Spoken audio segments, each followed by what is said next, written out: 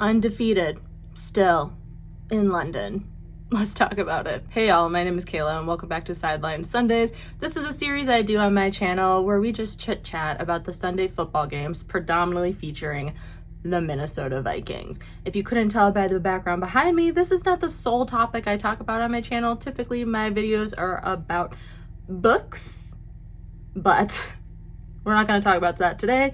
We are talking about football. Specifically, we are talking about the early morning game here in the United States of the Vikings versus the New York Jets. Oh my God. This, I feel, was the first game of the season where I was unsure. So let's talk about it. As always, these videos are not about stats. They're not about analytics. I'm just here shooting the shit with my besties, chit-chatting about football. As always, I have my notes. Today, we only have notes on one page, which is a first. Literally, the only reason I went to the second page was to write down the final score and also remind myself of the next game. I'm not gonna lie, I watched the sing-songing of the national anthem and God Save the Queen. I also watched the skull chant and I watched the kickoff, and then I was busy focusing on making my plate of food. If you guys don't know, I always need food during a game, something just to snack on, something to keep me occupied. And because it was 8:30 in the morning here in Minnesota, I made myself a little breakfast. I was just kind of leisurely watching the first quarter. But with that noted, I will say that a lot happened in the first quarter for the Minnesota Vikings. First and foremost, Will the Thrill Reichard with a 54-yard field goal for 3 points. Those were the first points put on the board for this game. Then Darnold had some sort of injury. He just kind of there was some sort of hit that put him out. I didn't actually see the hit. I just saw the aftermath of the hit. So from talking to my partner, it sounded like he may have just had the wind knocked out of him. So he went out for a play. We put Mullins on the field. Mullins threw a cannon of a ball to Jones, and it was such a beautiful catch. Talking about Jones, I don't know when this happened, but at one point you see him off on the sidelines limping around. He was heating his hamstring. He was out for the rest of the game. And that was just so unfortunate because you could kind of really tell in the second half that Jones wasn't in this game. But we aren't there yet. We're still in the first quarter. There was this one play. Darnold threw the ball back to Chandler, and it literally looked like they were playing a game of hot potato, and Chandler could not get that ball out of his hands fast enough. It was, my partner and I, again, were kind of just talking about the play after the fact because it was just kind of one of those boneheaded moments in football, and we were like, what was that? And I was like, it literally looked like Chandler wasn't expecting the ball to come to him. So he was thrown off that the ball was all of a sudden in his hands. But shortly after that moment, the Jets had the ball and Aarons threw a beautiful pass to Van Ginkel for a Minnesota touchdown. That's right. Rodgers threw the ball directly to Van Ginkel for a touchdown. And I may or may not have gotten up, jumped up and down, screaming my little head off. I've said it once, I've said it twice, I've said it 3 times, I'm gonna say it 5 times.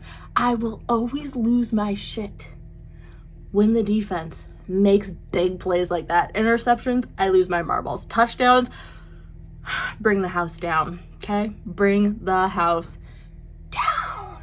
Ending the first quarter, Cam Bynum coming in with a glorious interception. I'm not gonna lie, y'all. I was telling my partner today, I was like, I don't mind my Addison jersey, but I might need Van Ginkel and Bynum jerseys. Anyways, second quarter, we got CJ Ham with the touchdown towards the end of the second. That's literally the only note I made for the second quarter. So we end the first half with 17-7. And y'all, I'm not gonna lie, this is kind of last week we played the Packers. And there was a lot of drama. There was a lot of challenges being called. This game, I feel like no one really used their timeouts. no one was really calling challenges, but there were a boatload of flags on both teams.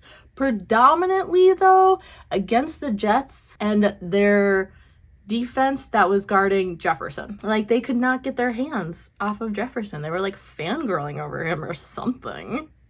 Anyways, y'all, third quarter, I shouldn't have said anything, to be quite frank. I'm superstitious enough where I blame myself for the third quarter, okay?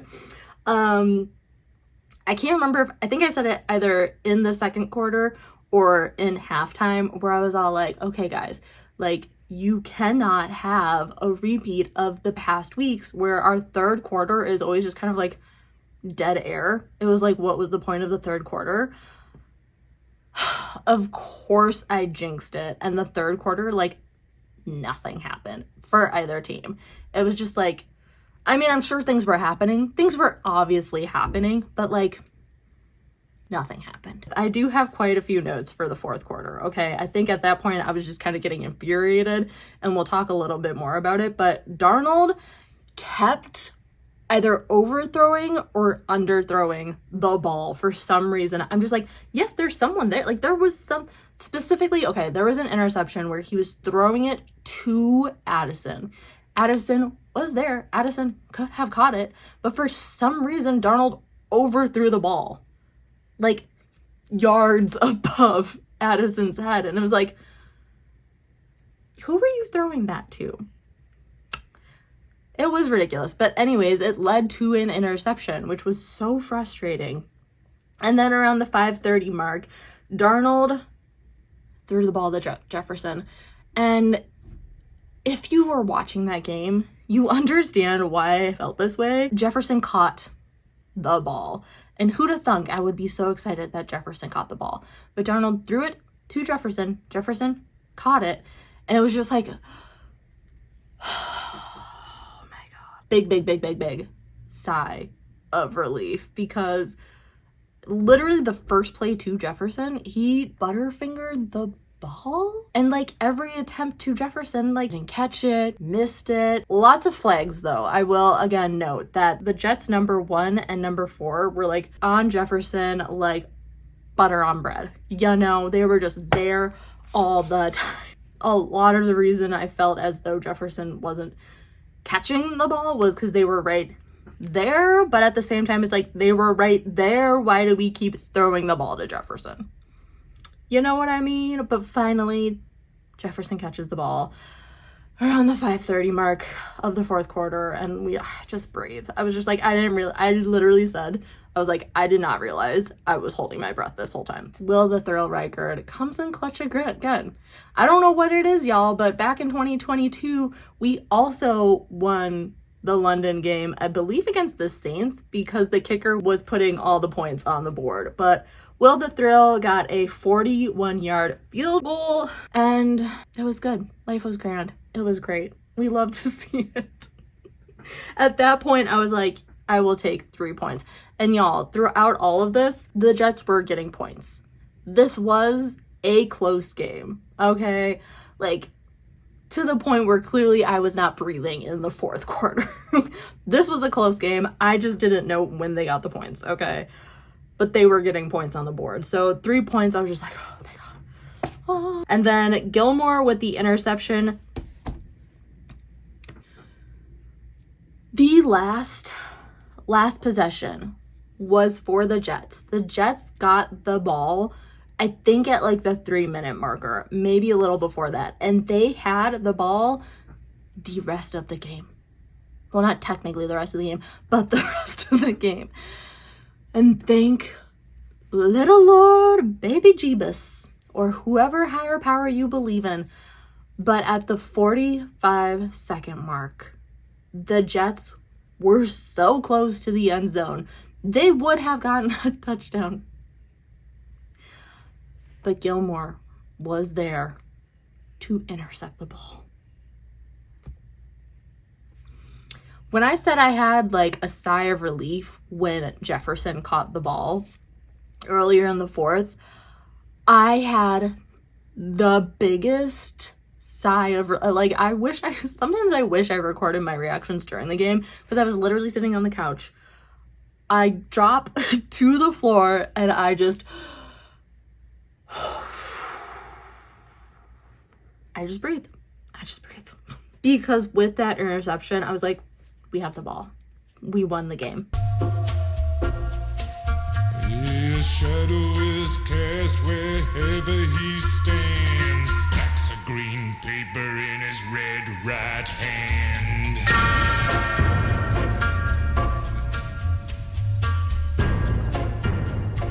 And this was such a stressful game to watch. I know earlier in this season, I said sometimes I prefer nail-biter games. I don't think I mean that anymore, because this was I think I was so acclimated last season to having nail-biter games where I was like gaslighting myself into thinking that I enjoy intense, very close games. But I think I've been spoiled this season. I think again, last season, gaslit myself into thinking I like those games. But this game, I was like, I can't handle it. I can't handle the stress. This is killing me.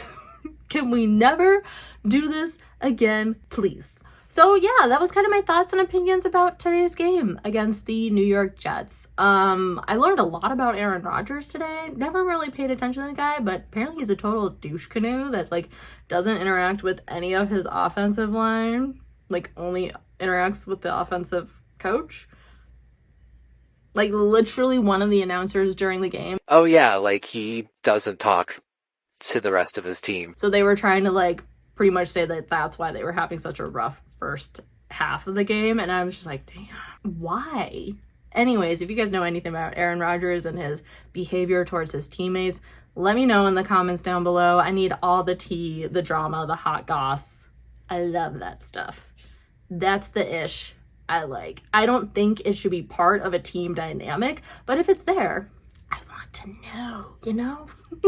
I will see you guys, not next week, because we have a bye week, but I will see you guys on Sunday, October 20th. We have a noon game at US Bank Stadium against a division team, the Detroit Lions.